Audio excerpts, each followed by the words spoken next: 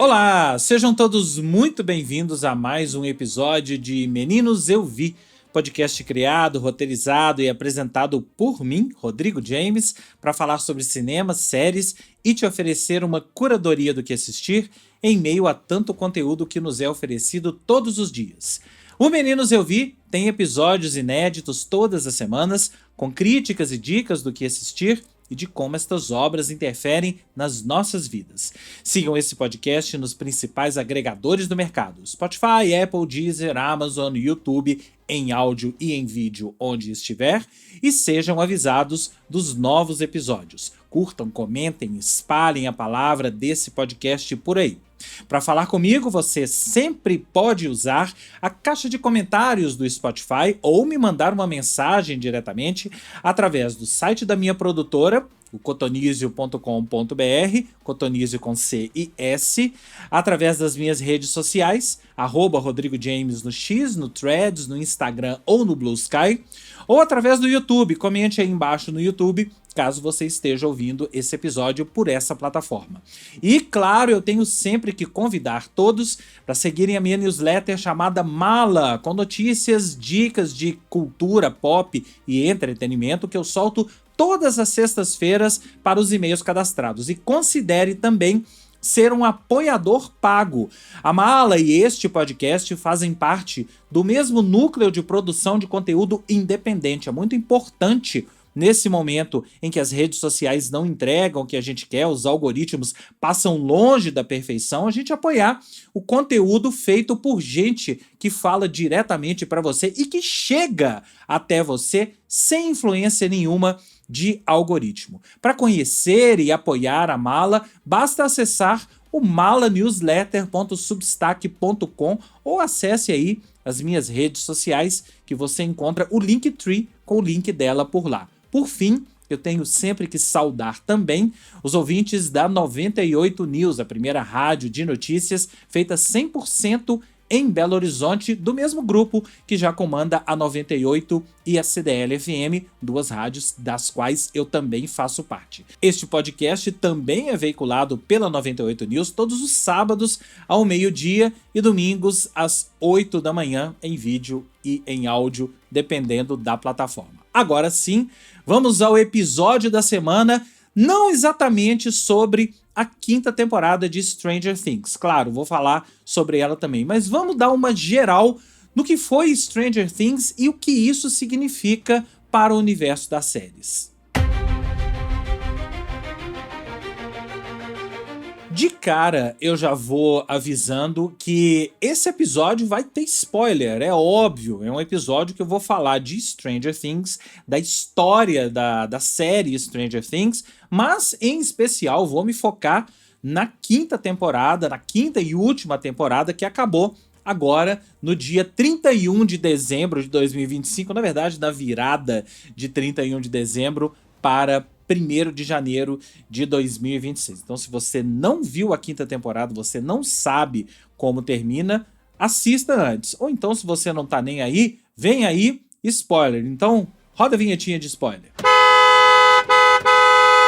Spoiler! Como eu disse no início, esse episódio é bem mais pra gente entender um pouco o que é Stranger Things e o que significou Stranger Things, e até pra gente dar umas pinceladas num assunto que eu venho falando, até falei sobre isso no episódio sobre O Monstro em Mim, que é a história da série de algoritmo, que a Netflix trabalha, faz isso muito bem. Mas é claro, eu vou falar bastante sobre a quinta temporada de Stranger Things. Antes, vamos fazer um panorama da série. Stranger Things surgiu há, quase 10 anos, por aí, com uma proposta que era bem acertada. Quando eu falo sobre série de algoritmo, e eu vou repetir o que eu falei lá atrás, quando eu falei sobre O Monstro em Mim, a série de algoritmo é aquela série que a Netflix, de certa forma, criou e trabalha isso de uma forma muito bem feita, de uma ótima forma. É aquela série que pega o seu comportamento, o meu comportamento, o que eu gosto, o que você gosta, através de pesquisas e através do próprio comportamento nosso ali na plataforma, e cria séries em torno disso. Então é uma série criada através de dados. O que esses dados mostram para a Netflix e o que devem ter mostrado no caso de Stranger Things, que motivou a Netflix a ir atrás de um produto e criar um produto como Stranger Things? Mostra que as pessoas querem, ou pelo menos nesse caso, né, mostrou que os assinantes da plataforma gostam de nostalgia. E essa é uma palavrinha-chave para a gente entender Stranger Things. Então aí conceberam essa série, ou foram atrás, ou os Duffer Brothers, que são os criadores da série, foram atrás da Netflix com essa proposta de criar uma série focada na nostalgia. Mas qual é essa nostalgia? Em especial, aquela nostalgia da década de 1980. Eles criaram um universo que gira em torno, que girou, né? A série já acabou, em torno dessa estética da década de 1980, esbarrando ali em Steven Spielberg, esbarrando em Stephen King, tanto o Stephen King de filmes como de histórias, né, de histórias que geraram filmes, como Conta Comigo, né, o Stand By Me, até o Stephen King de terror, e aí esbarrando em Goonies, todo esse universo de crianças, adolescentes da década de 1980 e tantos outros filmes que misturaram aventura, ficção na década de 1980 e trouxeram isso para os dias de hoje, uma aventura focada, baseada lá na década de 80, que tivesse todos esses elementos, que tivesse um grupo de crianças, e isso é primordial, porque tudo isso que eu falei, todas essas histórias que eu falei, tinham grupos de crianças à frente, grupos de crianças que estão tentando, que estão naquela fase de amadurecimento, estão naquela fase em que descobrem as coisas, estão naquela fase curiosa, crescendo e descobrindo a vida, descobrindo amores, descobrindo seus gostos, descobrindo muitas coisas típicas de crianças barra adolescentes da década de 1980. No caso, década de 1980, mas a gente poderia citar, poderia situar esse tipo de coisa, de descobrimento, de acontecimento da vida em qualquer época. Mas nesse caso é na década de 80, por uma escolha da Netflix baseado em dados, baseado na nostalgia. Mas só a nostalgia, só esses dados, só colocar umas crianças ali brincando não serviria de nada. Não seria interessante. Aí eles criaram essa história que tem um pano de fundo sobrenatural, que tem um pano de fundo de ficção científica, que tem um pano de fundo muito ligado às próprias histórias de Steven Spielberg. Pega aí, por exemplo, Contatos Imediatos do Terceiro Grau, todo aquele universo que o Spielberg criou, ET, né? E o universo do Stephen King também. É muito importante a gente entender Joe Dante, né? Gremlins, né? Pega todo esse universo e cria-se, então, uma história em torno disso que girava em torno desse grupo de crianças barra adolescentes ali numa cidadezinha dos Estados Unidos, que está às voltas ou se vê diante de um inimigo, na verdade, primeiro diante de uma pessoa, uma garota, que é vivida pela Millie Bobby Brown, a personagem Eleven, que é uma figura que aparece do nada e a gente vai entendendo aos poucos que ela é fruto de uma experiência científica, ela tem poderes e, claro, todas as experiências científicas envolvem exército, envolvem criação de possíveis super militares para o exército, então tudo isso está envolvido e sim, envolve toda a história do grande inimigo da série, que é o Vecna ou o Henry, que é também, e aí vai um spoiler se você não viu isso, que é também um criado em laboratório com superpoderes, só que ele se desgarra e acaba alçando um voo mais alto e tem toda uma história dele própria que a gente vai entendendo, suas motivações e a criação do tal mundo invertido, que é um universo paralelo, que é um multiverso, e aí você pode fazer a ramificação que você quiser com Marvel, com DC, porque tá tudo envolvido, tá tudo dentro de Stranger Things. Esse grupo de crianças E também adolescentes, o grupo vai aumentando, né, vai incluindo não só crianças, mas como adolescentes, a gente vai entendendo que eles são os heróis da história e eles é que vão resolver aquela história.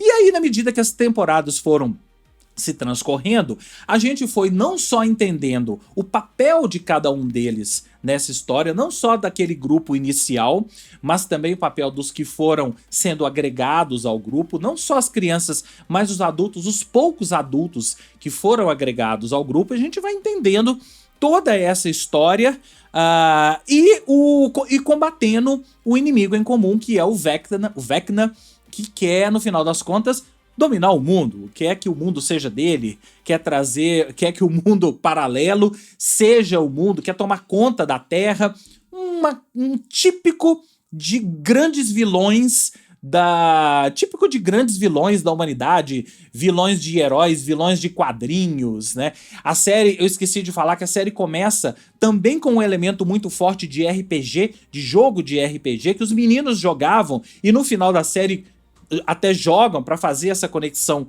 com o início da série. O jogo de RPG envolve todos esses elementos, a criação de universos paralelos, a criação de uma história fantasiosa e no final das contas essa história fantasiosa acaba sendo a realidade deles e aí eles começam a combater esse inimigo em comum. E aí eu não vou entrar muito nos pormenores de todas as 4 primeiras temporadas, porque aqui eu quero falar um pouco da 5ª temporada, que a gente chegou na 5ª temporada tendo tido um final ali da 4ª temporada em que, pra mim, parecia que a situação poderia ser resolvida ali.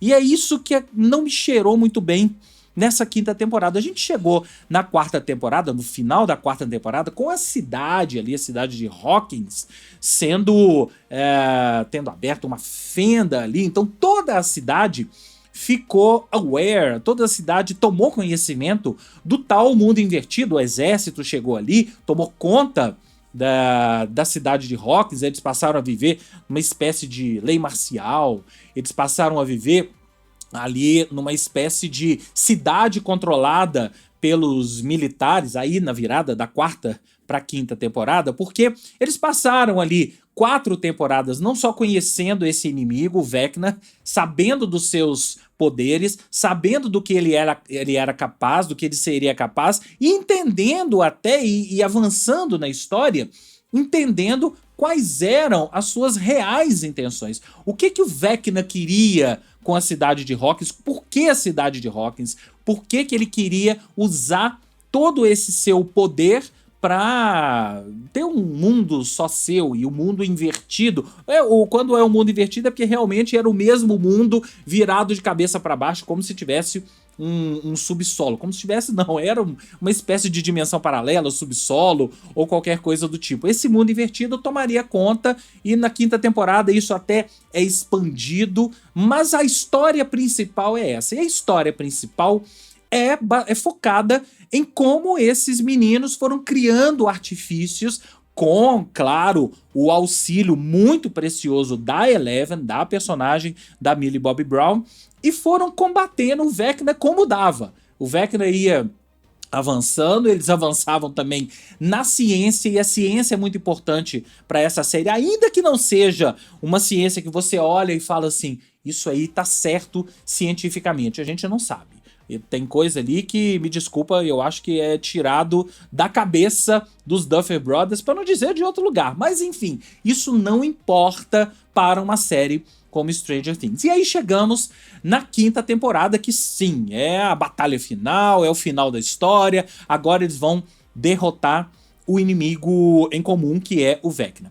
O que eu achei dessa 5ª temporada? Como toda temporada final, tem altos e baixos, mas altos e baixos o tempo todo. Eu acho que teve muito mais baixos do que altos. O ponto baixo pra mim foi o ritmo dela. É uma 5ª temporada que você já deve ter percebido, você viu aí, foi dividida em 3 partes, 4 episódios, depois mais 3, depois o episódio final. Acho que foi isso mesmo, né? 4 mais 3, depois mais 1, o episódio final com mais de 2 horas de duração. Todos esses episódios tiveram episódios longos, né? Com 1 hora de duração. Mas pra mim não se justificou. Eu acho que eu conseguiria... Eu sou o rei da edição. Do mesmo jeito que eu acho que...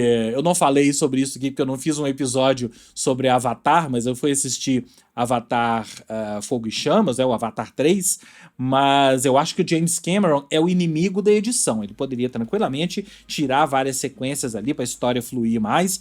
Enfim, eu acho que Stranger Things caiu nessa armadilha. Eu não culpo porque é uma das séries de maior sucesso da história da Netflix. Então, quanto mais tempo você obrigar as pessoas a ficarem ali na sua plataforma assistindo aquela história, melhor para a plataforma. E melhor para os die-hard fans de Stranger Things que não queriam que a série até acabasse aqui. Eu acho que a série já podia ter acabado na 4ª temporada, eu já falei isso. Eu teria modificado algumas coisas na 4ª temporada para terminar ela ali, mas como resistir à tentação de fazer mais uma temporada da série de maior sucesso da plataforma? Então é óbvio que ia ter uma 5ª temporada, mas é isso, a série sofre por um fiapo de história.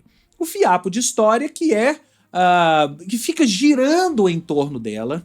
Então, se você assistiu, você viu que toda essa sequência com lá naquele universo que o Henry, ou o Vecna, né, que tá dentro das memórias dele, toda aquela sequência, não só com a menina, que eu esqueci o nome agora, mas com a própria Max e todos os outros meninos, aquilo tudo tomou muito tempo e ficou girando em torno daquela mesma história, assim como aqui no nosso mundo, que não é o mundo invertido, todos os meninos criando as missões e tentando matar o Vecna, tentando combater o Vecna, também ficou girando, e a cada missão eles precisavam parar e explicar. Isso pra mim é um grande problema.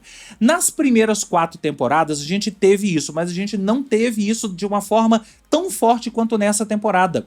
De meia em meia hora, ou de 20 em 20 minutos, eles precisavam reunir todos os meninos, ou uma parte deles, do grupo ali, e explicar o que eles iam fazer, explicar pra gente o que estava acontecendo e quais eram os próximos passos. Aí não dava certo, eles criavam mais uma coisa, acontecia mais alguma coisa e não sei o que, e vamos explicar de novo.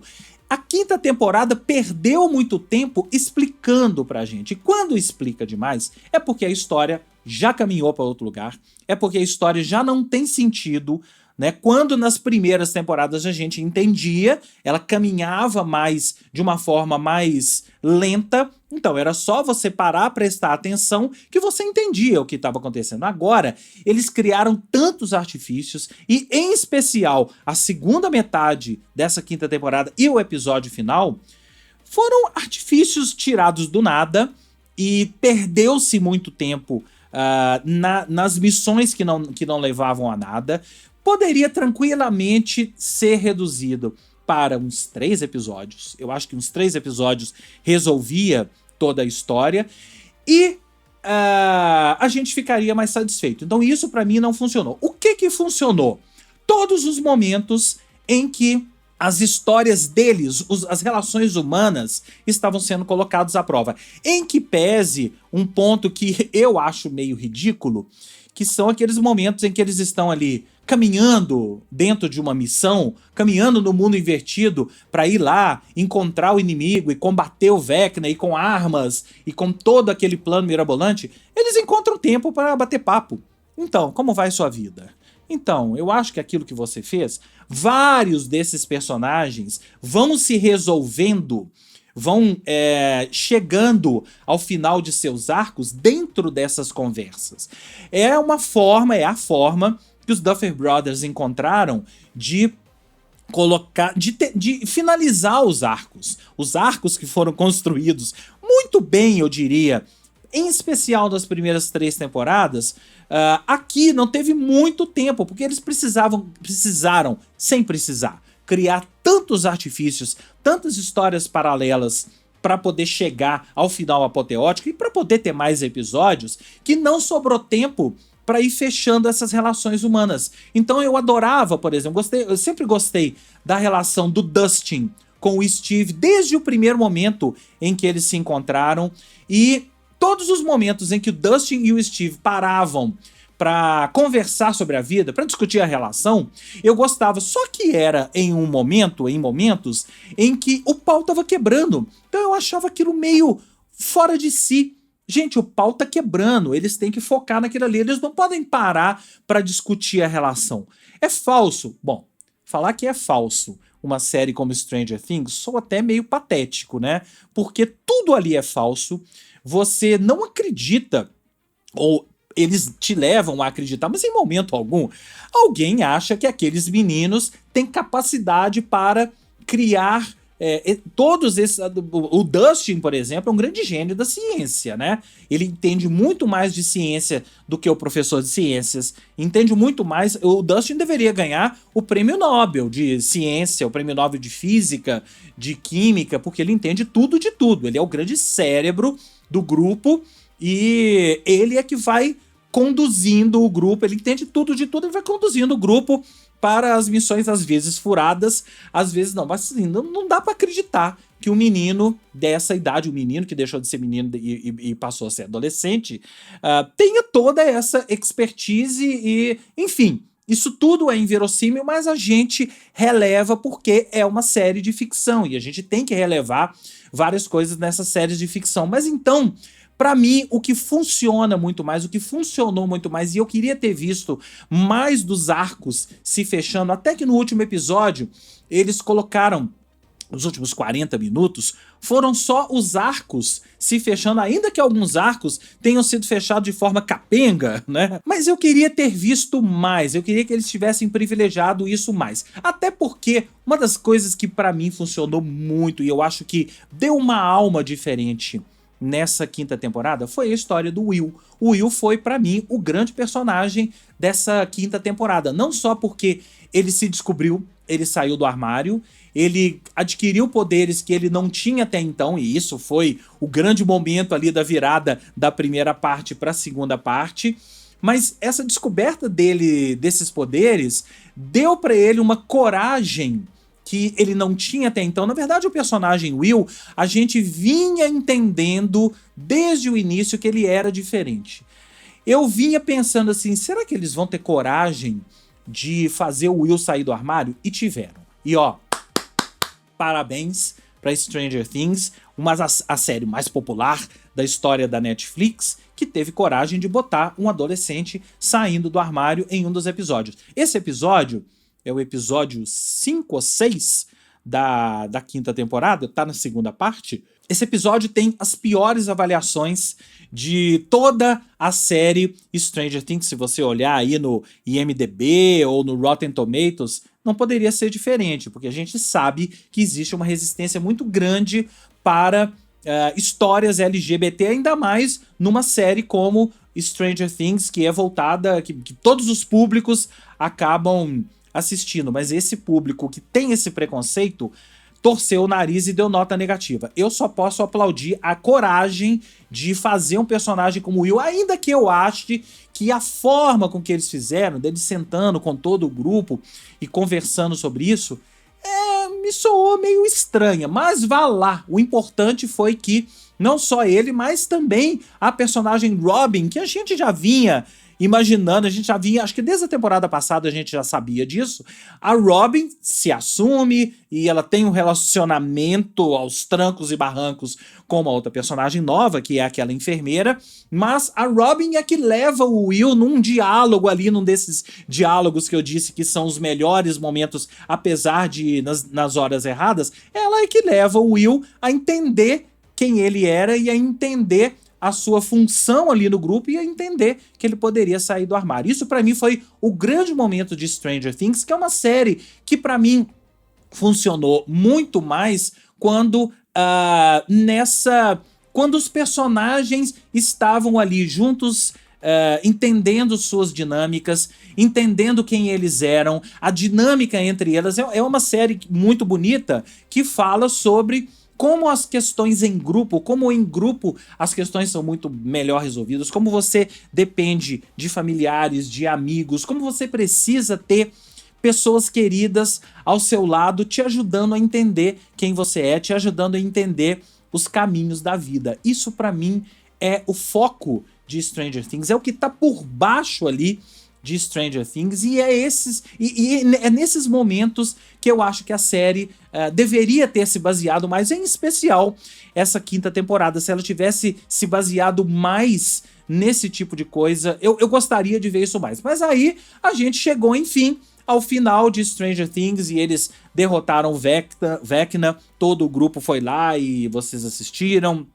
E foi lá para aquele segundo planeta e toda aquela história mirabolante que eles descobrem ao longo dessa quinta temporada e derrotam o Vecna. Achei muito simbólico ter sido a Joyce que foi lá e cortou a cabeça dele, porque a Joyce, quando a série surgiu, a Joyce interpretada pela Winona Ryder, que era talvez a protagonista da série lá no início, antes de os meninos ficarem famosos. A Winona Ryder era a atriz mais famosa do elenco ao lado do David Harbour, mas ela também tem uma história, né? Acho que a Winona Ryder foi colocada ali muito em função dessa nostalgia, do fato de ela ter sido uma das atrizes mais queridas, mais famosas. Todas as mulheres, todos os homens desejavam Winona Ryder na década de 90, todas as mulheres queriam ser Winona Ryder e seu corte de cabelo famoso na década de 90, e ela passou anos e anos perdida em pequenos papéis até encontrar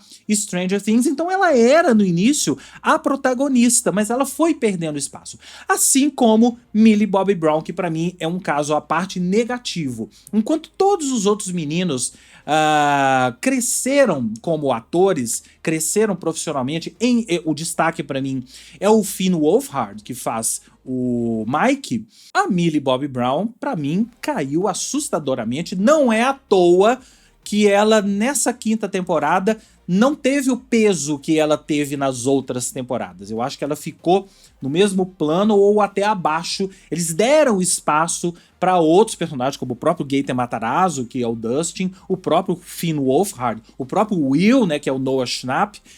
Todos eles tiveram um peso maior. A Sadie Sink, que é a Max, todos eles desenvolveram, todos eles evoluíram profissionalmente, evoluíram nas carreiras, evoluíram como atores. A Millie Bobby Brown, ela involuiu. Pra mim é impressionante como ela não consegue entregar dramaticamente o que se pede dela, ou pelo menos o que se pediu dela nessa quinta temporada. Todas as vezes em que ela aparecia e tentava entregar, não conseguiu entregar em forma alguma. É o ponto negativo pra mim dessa quinta temporada. Já vinha sendo ao longo da quarta, talvez, mas nessa quinta ela ultrapassou todos os limites possíveis de não interpretação. Então, para mim, foi o ponto negativo e que contribuiu para que essa quinta temporada fosse negativamente, tivesse essa marca negativa, porque ela é um dos vértices da série. Então é isso. Eu acho que no final das contas, Stranger Things é uma série que marcou época, vai deixar saudade. Eu acho que a Netflix pode ser tranquilamente descrita como antes e depois de Stranger Things, mas mas eu não acho que teve um final digno do que ela merecia. Eu acho que o finalzinho ali até foi legal, com eles retomando toda aquela história do RPG, do Dungeons and Dragons, criando aquele final paralelo para Eleven. Será que é um final paralelo? Será que ela tá viva? Será que ela não tá? Mas eu acho que todo esse final, toda essa quinta temporada deixou a desejar, mas ainda não acho que isso fez com que a série toda fosse jogada no lixo de forma alguma. Acho que se você não assistiu Stranger Things e tá vendo ou ouvindo esse episódio, assista. Você não vai se arrepender, mas com todas essas ressalvas que eu falei. O que vem no futuro para Netflix? Quais as lições que ela vai tirar? Talvez as lições de que dá para fazer coisas com episódios semanais. Eu acho que essa é a grande lição que ela tirou, e essa quinta temporada já mostrou. A quarta temporada já tinha sido assim, mas essa quinta temporada mostrou muito mais isso, que dá pra fazer coisa semana a semana e ir pensando às vezes no episódio, em edições, em reedições, e sentindo o calor do momento, e reeditando, e refazendo, jogando coisa fora. Tem tempo. Você ter tempo pra amadurecer as ideias do que aconteceu naquele episódio e construir um novo episódio ou uma nova temporada. Não tem necessidade alguma de despejar todos os episódios de uma vez. E acho que veremos muito... Tem aí uns spin-offs vindo, já ouvi um zum sobre isso, tem uns spin-offs vindo por aí, mas eu acho que a marca de Stranger Things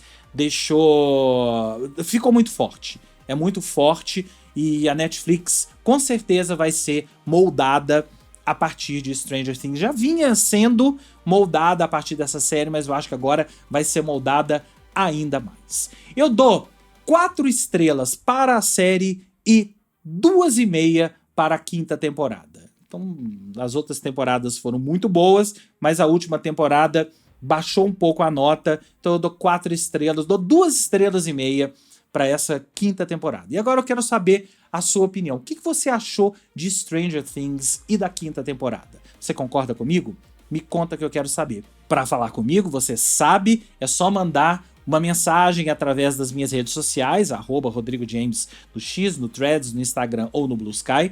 Botar um comentário aí no YouTube, que eu tô sempre lendo os comentários e respondendo. Falar comigo também através do meu site, do site da minha produtora, o cotonizio.com.br, cotonizio com C e S. E finalmente através da caixa de comentários aí do Spotify. O Meninos Eu Vi fica por aqui e eu volto na semana que vem com mais críticas e dicas do que assistir. Um grande abraço e até lá!